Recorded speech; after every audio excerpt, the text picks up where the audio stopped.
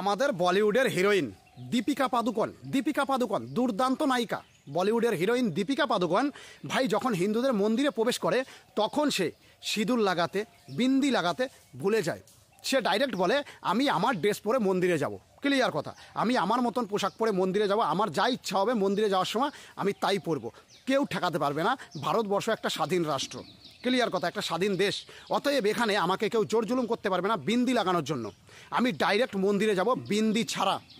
বিন্দি লাগায়নি দীপিকা পাদুকোন ভারতবর্ষের যখন মন্দিরে গিয়েছিল শুটিং করতে, কিন্তু সেই জায়গায় এই দীপিকা পাদুকোন ভাই দুবাইতে গেছে, দুবাইতে গিয়ে অ্যাড করছে, তবুও আবার দুবার ট্যুরিজম অ্যাড করছে।